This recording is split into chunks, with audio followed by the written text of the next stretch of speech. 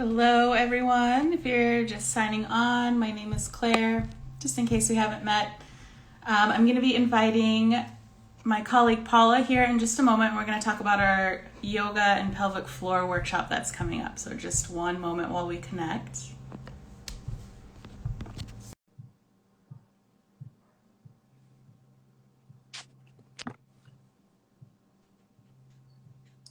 Hi, Paula. How are you tonight? I'm good. How are you? Can you I'm hear me? I'm good. I can. I'm going to turn my volume up a little bit. Can you hear me okay? Yeah. Okay, awesome. So I think we're here. Let me adjust the camera. We don't need a close up of my face. Welcome. I'm really excited to see you tonight. So for Thanks. anyone tuning in or watching this later, my name is Claire. We're talking with Paula today, and we're going to be talking about our pelvic floor and yoga fusion workshop series that's coming up. So I think we're just gonna go ahead and dive right in. Paula, you and I are both herbalists and movement instructors, which I think is a pretty unique combination. So I was wondering if you could just tell us a little bit about your journey and how you got started. Sure. Well, it's a weird one, Yeah. as you might expect. It is, like you said, it's an unusual combination. On the one hand, I have always wanted to be an herbalist. When I was about 9 years old, I have a cousin that remembers me giving tours of the herb garden at my house Nice. that I had. So that's always something that was there for me. And then when I was just after college, I got into teaching reformer Pilates sort of as an accident, and I ended up buying a Pilates studio within about a Oh, year and a half of that. yeah. And it was all sort of an accident, but I always loved doing that kind of work. So I've been building up these sort of two separate skill sets as a Pilates teacher and as an herbalist for about 15 years now. So Wow. it's all come together. The Pilates that I do is also very structured around pelvic floor and safe spine positions. So this pelvic floor specialty is perfect. Yeah. Cool. What about you? How did you get into this? It was kind of by accident.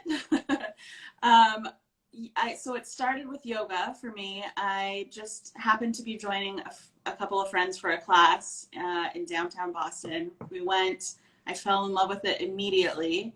It was the first movement in a while that I had done that hadn't felt like injurious. I had tried running. That wasn't for me. That wasn't for my knees, really. And so yoga was this way to get back into my body and feel joyful in movement.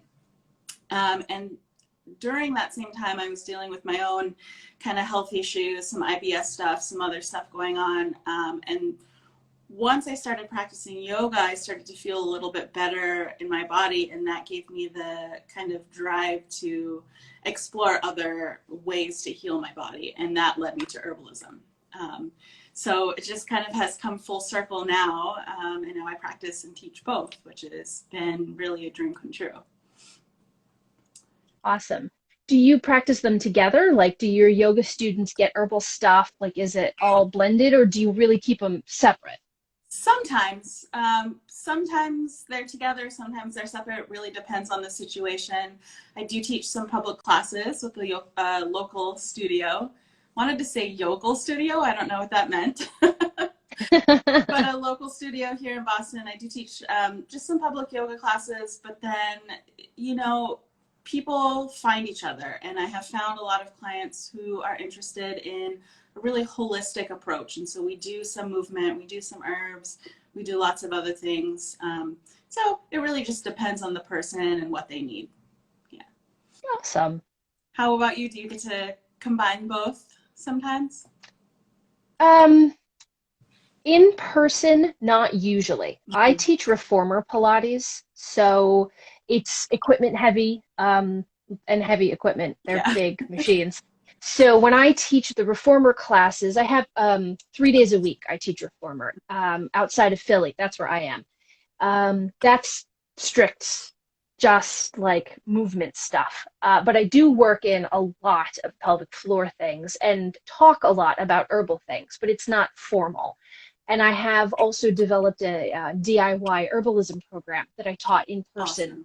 Awesome. Um, for the first time, we started that in the fall of 2019. That was the Mhm. first time I ran that program. So that's always been in person.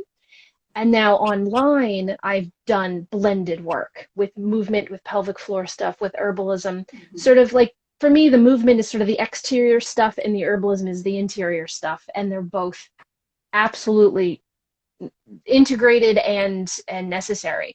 But in person, I haven't done that yet. It's all been online that I've done the blending. And I like that. I like the blending. Yeah, yeah, it's fun to get, health to me is just such a complicated issue.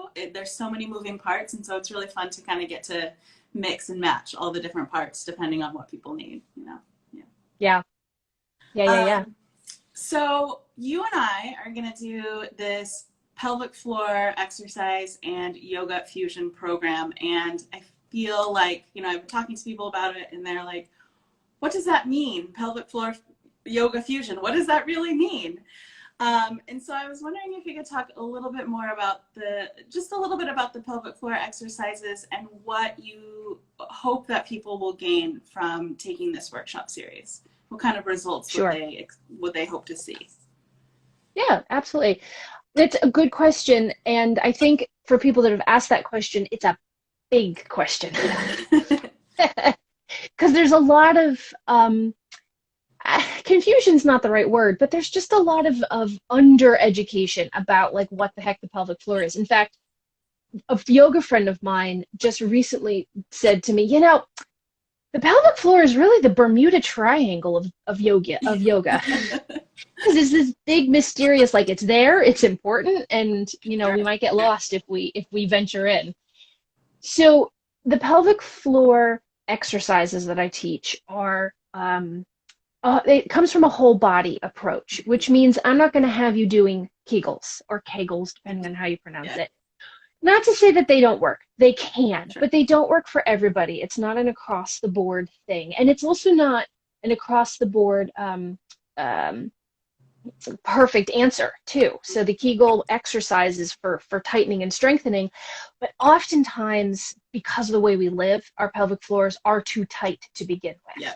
So I'm taking a look at the rest of the structures in your body, how your feet function, how your hips function, how your butt muscles function, how your spine is positioned, and how all of that puts pressure on or takes pressure off of the pelvic floor. So the stuff that we do is very easy to do, very accessible. It doesn't require any fancy equipment. I mean, like a rolled a towel, a belt, couch cushions, like Yeah. nothing special or fancy, so that it's really accessible for people to work into their normal days. So in terms of what kind of like results I'd like people to be seeing in this, it would be, reduction in pelvic floor dysfunction symptoms, which could be low back pain, it could be Yeah. sneeze wee, which is one of my favorite terms ever. The trainer that I had for my pelvic floor training program is Australian, and she lives in the UK. So her saying sneeze wee is Oh one of my the gosh. funniest things I, as a Philadelphian, who I understand have my own weird accent, have ever heard. Sneeze wee. So sneeze wee, exercise wee, like Yeah. all of these kinds of things. But really, it's more about learning how to sit, learning how to stand, Mm. and learning how to move through your life so that you're already and all of the time improving the flexibility, the fitness, the length of your pelvic floor muscles so that you don't have to do separate Yeah. special exercises so many times a day. If you can make your day more healthy for your pelvic floor, then you don't have to do anything special and extra anyway. So that's what really the benefit of this pelvic floor program is, that it's not supposed to be on top of what's already typically a pretty overwhelming life experience. Yeah. It's how to make some adjustments in your day. And so once we've got some improvement in your pelvic floor, it's not hard to keep it. It doesn't take special techniques. Yeah. Yeah. I love that. And I'm so excited. I'm excited to hear that because I think that even people that are home now, like maybe you don't have to commute, but Life is so demanding, life is so busy that even fitting in just regular movement sometimes is a lot. And so I really love the idea of these functional things that you can just do throughout your day. You don't have to go to a special place, you don't need special equipment, you just do them on your own, you know. And I love that because that is sometimes the only thing that ever fits into my day. So I know a lot of people are feeling that too. Yeah, if you Um, could spend an extra like second and a half to say, oh, okay, as I walk down the stairs, I'm going to think about where my pelvis is, then you've just removed like a 10-minute exercise setting or, system for exactly. your day. And Yeah. that changes everything. Yeah, it totally does. The less things we have to think about scheduling in, I think, are better. Exactly. Yeah. As a teacher yourself, how would you describe your kind of teaching style? Um, it's a combination of very nerdy. I'm a very big Yes. fan of, yeah, well, wait a minute, where is he at? Right here. This is my sidekick. I am never Yeah. far from Slim. Poor Slim has quite a lot of glue on him. I've had him for a long time. This whole side of his body doesn't work anymore. But Oh, I always have stuff to demonstrate and like, here's your pelvis, here's your, all that good stuff. yeah. So it's very nerdy. And it's also pretty silly because I really enjoy doing this, and at heart, I like to be ridiculous. So I try to dial it back when people don't know me, but there's gonna be some bad puns. There's gonna be some Yes. really, really terrible jokes. I'm sorry, it's just gonna happen. So it's a combination of nerdy and silly, and I try to be um, really specific about all the things. So if you have a Yes. question, you will get an answer. It will be a big answer. Well, I shouldn't say big as in too much to like understand. It's going to be big as in you will understand things that you didn't know were there to understand. And I'm okay with that because if you walked away knowing something new, whether it's about your pelvic floor or that New Jersey grows 80% of the world's eggplants, you learn something. What? Yes, I'm a font of semi-useless knowledge.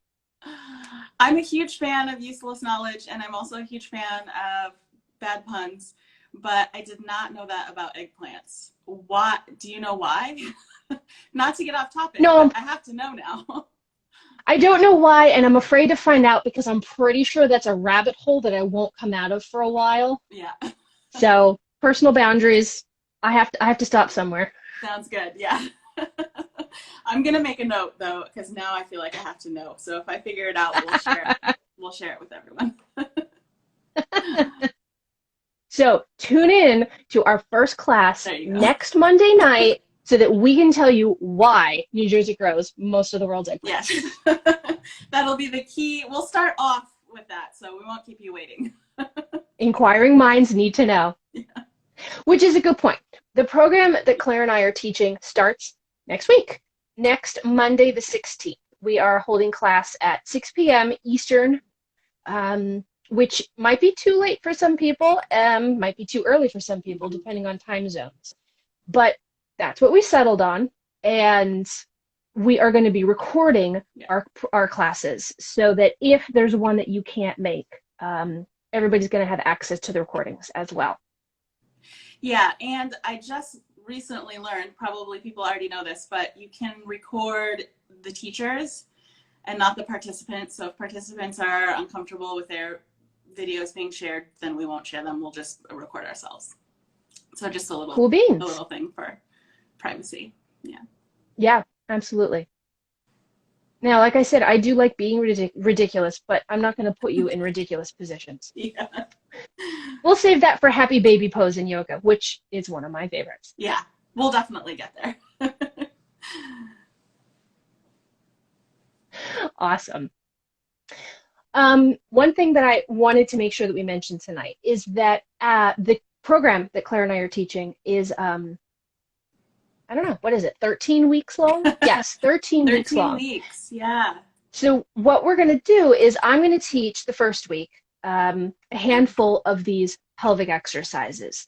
And then over the next 2 weeks, Claire is going to teach pelvic floor themed yoga practices to reinforce and bolster all of that. So the goal would be to be working in the pelvic floor stuff and the yoga stuff over the course of those weeks. So every 3 weeks is going to be another pelvic floor specific exercises class. And the in-between classes are going to be the building and supporting and sustaining yoga classes that are also all about the pelvic floor. So that it's not going to be a mesh of both of us every night. Right. Because I think we really enjoy each other's company and we wouldn't actually get through a whole class. Yeah, that is always the problem with collaborations, especially as you bring more people into the group. You just want to kind of know what everyone's learning, what everyone's practicing. Yeah, it can definitely, time can get away from you like that. Yeah, for sure. Awesome. Is there anything else that we wanted to mention about the program? We're going to be holding it on Zoom. Yeah. And I know Zoom is a thing for some people, and really, that's just how it works. From our end, Zoom is the best platform. It has the most options, and I know that it's not exciting for people to use. It's not exciting for me to use. Yep. But it's much less headache than the other ones that are out there comparatively. So we are going to be using Zoom for the classes and the recordings. Oh, and we're going to give a bonus for sign-ups. We are. I forgot. Yes. Are. And it's a very special plans and provisions bonus. Yeah, so we're gonna be sending everyone who participates in the program a bag of tea. A bag of tea doesn't sound very exciting, but it is really exciting, especially to us, because we get to incorporate something else that we love, which is herbalism. And this tea in particular, I call it the Unwind Tea. It has herbs that are, I think, really appropriate for lots of different types of people, lots of different types of bodies. It's aimed at helping you release physical and mental tension. So perhaps you might have been feeling a lot of that this year. I know that we have. So this tea is really a way for you to be able to kind of end your class, have a cup of tea, a little ritual, a little transition away from movement and into your kind of rest and digest evening, and help you kind of prepare for sleep.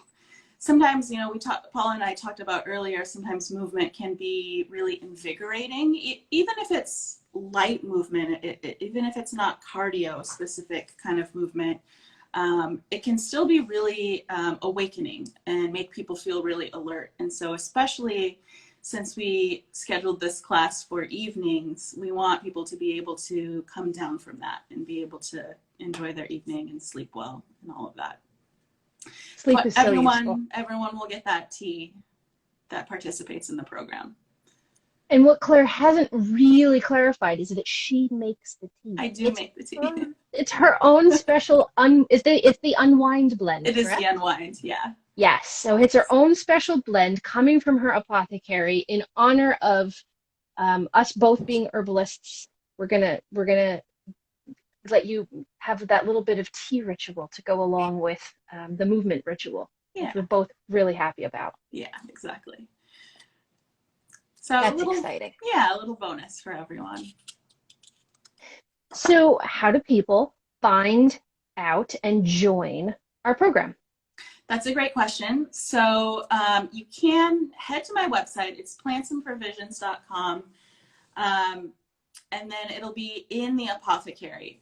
You're watching this on Instagram right now. We'll send this out to people to watch later on as well. But if you are watching on Instagram, you can head to my profile and the link is right in the bio. And I think maybe it's in yours, or maybe it will be later. It is. Week. Okay. So you can head to either of our Instagram bios, Plants and Provisions for me, Paula's Herbals for Paula. And the link directly to the program is right in our bios.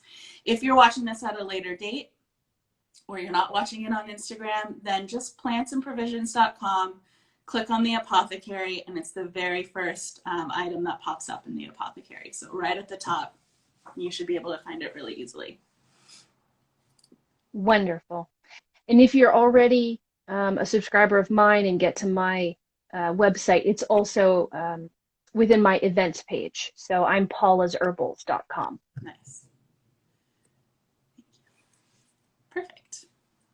Great. So here's a fun way. Wait, let me just make sure. Is there anything else that we wanted to share with the people? Did we get everything? I think we did. I think we got it. Yeah, I think we got the important I think stuff. so. You know what? There's one more question that I would like to address. Sure. A lot of people might think that pelvic floor issues have to do with postnatal. Mm-hmm. I've had a baby. I probably have pelvic floor issues. What is your experience with that connection or the lack thereof? Yeah, I think that we got to that conclusion kind of as a culture because it's often most pronounced in people who have given birth. But as I move through both the herbal world and the yoga world, I'm realizing that pelvic floor issues are really, really common, even for people that have never given birth. And as I've studied more about it, you touched on this earlier, it's because we tend to be really tense and really tight already. And I don't remember who gave me this analogy, so I'm sorry I can't credit them. But if you, perhaps when you were growing up and you made a face at your mom or your grandma, like a mean face, they would say, if you keep making that face, it's going to stick that way.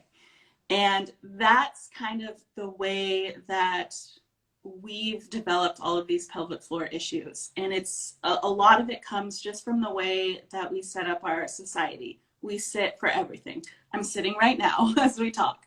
We sit in the car, we commute through traffic, we sit on our couch, we sit in the classroom. And so when we're sitting, we have our body set up in a certain way. So I'll just use my hand as an example. When we're sitting, this is how we're sitting, right? We have one posture that we have. And when you're in that posture for a really long time, then your muscles get tight and they also get weak.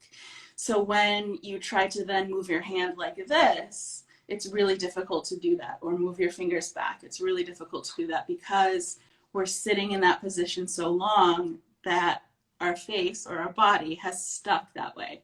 And so it's hard then, after years and years and years of sitting, to move our bodies or to have strength in other ways. And so that's kind of the problem that we're seeing now, is that because we've been stuck for so long, really anyone can have these pelvic floor issues. And I think also we don't hear about that because the effects that you get from pelvic floor dysfunction are really embarrassing, right? We don't tell our colleagues that sometimes a little pee comes out when we sneeze. We don't really tell our colleagues that we have IBS issues or that we're constipated all the time. Like, that's just not really stuff that you talk about unless you're unless you're us and you're kind of nerdy about the body, then we talk about it. But for most people, it's really embarrassing, and so they don't tell anyone else, and so no one knows how common it is, you know. Yeah, I think that's one of the reasons that it is so understood around pregnancy, because it's one of the few times when it's acceptable to have these things go wrong, because you're so obviously not in control of what happens. Right. So it's not your fault, but it's never your fault. Right. I think it's also worth noting that everybody has a pelvic floor. So everybody sits too much. Everybody has a pelvic floor, regardless of your plumbing. Yep. So for people that have external plumbing, pelvic floor issues might manifest as prostate issues, because there's pressure problems that can cause squashing, which is irritating, which things that get irritated tend to swell up and get angry. So literally everybody sits too much, and everybody can have a pelvic floor problem. Yeah. Excellent. Yeah. I would agree with all of that. Yeah. That's why we're all matched to put this program on. Yeah, I think so too. Okay, so to wrap up, Claire, I would like to do a quick lightning round so that you and I and everybody watching can find out a little bit more about each other. So I'm going to fire some questions at you, and you can fire some questions at me, and we'll just do some real quick, how does it feel for everybody? Thanks. So, question one for you.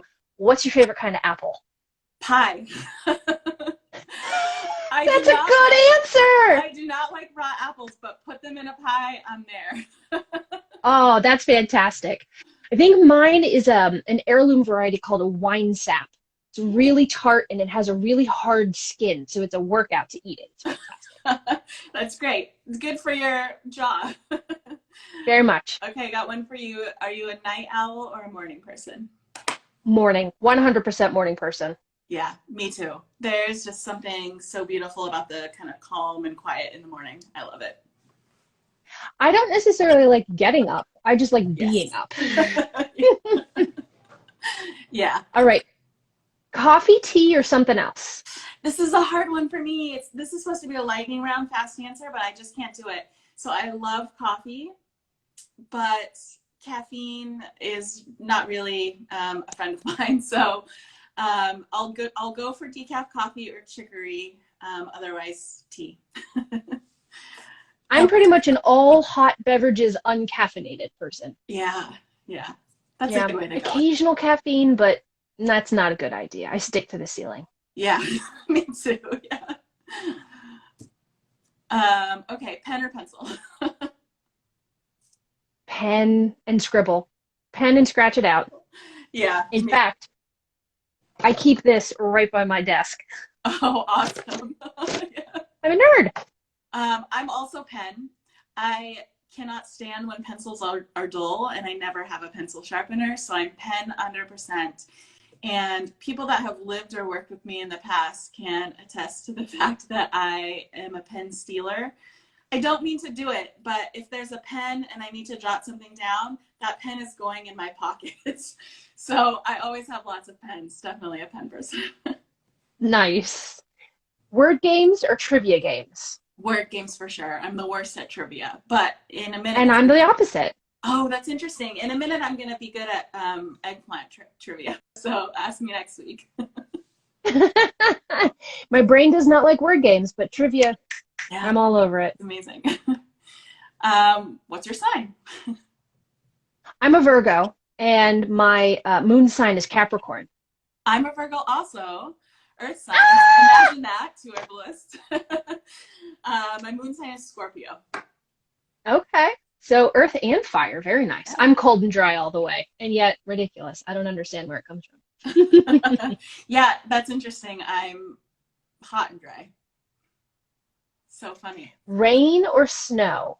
Rain. 100% rain. I mean, I'm in This is the girl who lives in Boston. I'm in New England these days. But every time the snow comes, I grew up in California, so the snow is just not my favorite. Rain for sure. How about you? I like snow. Oh, you do, yeah. I went through a period where I was completely burnt out and exhausted, and there was absolutely nothing more restful than to see snow fall. It just made me want to get on the ground. It was so restful. So I would sit on the floor in front of the window and just like watch it snow, and it would bring all that energy down that I just was spazzing out about. And still, I just love that when it's actually snowing. I just love it. I do love a good rainy day, but snow. Yeah, that's lovely. I like a snow day. When I first moved to Boston, I was working as like a teacher's aide in the school district, and we got a snow day one day, which I had never had my whole life because I grew up actually fairly close to the beach. So that was just something I had never experienced. So that was pretty special. Okay, Apple or Android? I'm an Android girl. Ooh, this could be polarizing. I'm an Apple. Yep. I don't understand. No. I feel like at this point, though, I have to just stick with Apple because I have, like my laptop and my phone and trying to learn new tech. So just not exactly. So I'm Apple. I never learned the Apple system. So like, it's a no-brainer. I'm not even going to bother with trying the phones. Although I will say as an Android user, one thing that crops up a lot is, especially on Instagram, people will put stuff in their bio and all I get is little rectangles with an X in it Oh, because yes. you've got a lot more emojis than I do. And an entire bio or an entire caption on Instagram will be nothing but Oh XXXXXXX. I man, have no no idea what they're pressure. trying to say. Yeah, that's annoying. Just use the keyboard. Use the Right. letters. I know we communicate through emojis now, so Yeah. Yeah, which is fine here and there, but like all of them. yeah, it's excessive. How about super sandwich? Sandwich, BLT, my favorite. I could eat soup every single day. I guessed you were going to say that. It's good for a snow day. It is. It is. And you know, I grew up without air conditioning, so soup in the summertime will actually cool you down because it heats you up from the inside and your Oh, body's like, uh-uh. right. And it actually will release heat, which everybody thinks I'm nuts, but everybody also has air conditioning. So right. trust me. All right, I'm going to try that next time. Okay, cat or dog? Cat. Oh man, you know I'm gonna I say know. dog. I do. If It's just a anyone's, cute little dog that's the size of a cat. yeah, yeah. If anyone is watching this on Instagram, you know my answer is gonna be dog. He's not here. He's at my neighbor's house because they're best buds, but definitely a dog person. He's having a play date. Yeah, he is. He's very popular. Mountains or beach? Can I have mountains at the beach? Yeah, yeah. That's exactly what I was thinking when I said it. One of my favorite spots is Santa Cruz, California, and it is mountains, and then on the other side it's the beach, and it's really just the perfect combination. Yeah. Nice. What is your favorite snack food? Potato chips, just plain like kettle potato chips, something salty, something crunchy, just hits the spot every Crunch. time. Yeah. Yes. Although I like salt and vinegar if I'm really going to go for it. Oh, But yeah. yes, I like this. crunchy things. Ugh. Yeah. Okay, so this isn't really a lightning round, but I always like to ask it because it's funny. Is it wrong for a vegetarian to eat animal crackers? I'm going to go with no, but I do think it's wrong for vegetarians to eat fake meat items like chicken nuggets and hot dogs and hamburgers, but that are all made out of like if it looks like meat, then what's the problem? that one I think there's some issues around. Yeah. Just eat the vegetables, eat the plants. I'm with you. Yeah, that feels like cheating. That's what it is. It feels like cheating. Yeah. Not to denigrate the vegetarians in the Not audience. We're just being silly. Not at all, totally. But go ahead and eat your animal crackers. I also That's think fine. it's fine to eat the animal crackers. Okay, here's one more that's really impossible. What's your favorite herb? I knew that was coming, but It's not fair. it's so hard. If I had to live with just one forever and ever, it might just be chamomile. I think I say that every time, or almost every time, but it's not my favorite because I can't pick a favorite, but it's calming. It's calming to the digestive system, to your emotional state. It's cozy. It's not too. So it's like your deserted island herb. Yeah. So if I was being forced to pick one, that would be it. But I don't know. Yeah, I know. That's not a fair question. Yeah. What are you thinking? I shouldn't have asked that question. And now I have to answer it. I think at this particular moment in time, I would go with Tulsi, with holy basil. Yeah. But there's a good half dozen: yarrow, mullein, thyme, Yeah. calendula, like Nettle, right off the top of my head. Yeah. Elecampane is one of my new faves. Yes, I love elecampane. It's so much fun to give somebody elecampane that's never had it before and watch their reaction. It's not mean. It's just fun. No, it's not.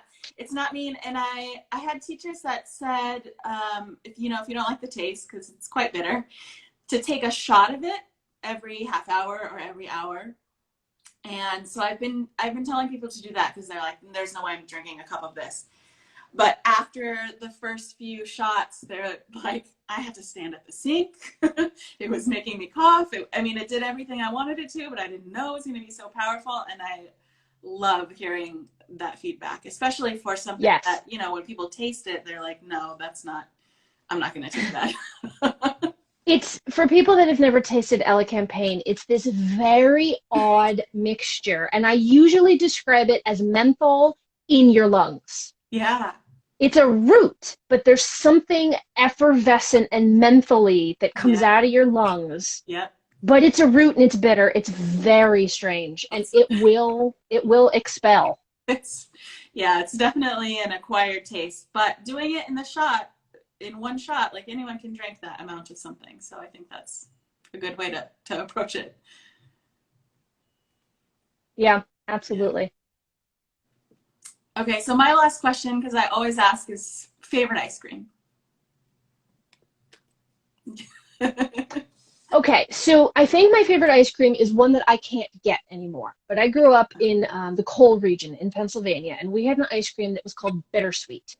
It was Hmm. a just a sweet cream base. It was not a vanilla base. It Yeah. was just cream, ice cream with flecks of bittersweet chocolate, just like Nice. tiny little shavings. Yeah. And if you let it melt a little bit, the ice cream actually turned gray because the chocolate was so dark. It was Yeah. like a brown, but with the cream, it was like a gray color.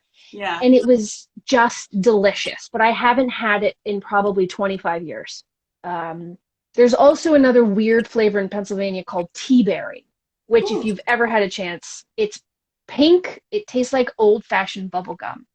Oh, But I interesting. like, yeah, I like the fruits. I like this caramels. There's a place by me that does all kinds of weird flavors, and Yeah. I just like all the things. Yeah. I know. I'm kind of the same way. If I had to pick one, it would be butter pecan, though, because that was Mm. my dad loved to have butter pecan, and so that kind of like brings me back to childhood. So Yeah, if I can't decide, like if there is a place with a bunch of flavors and I'm like, they all sound good, but I don't know, then it's gonna be butter pecan. Just yeah, nostalgia, you know.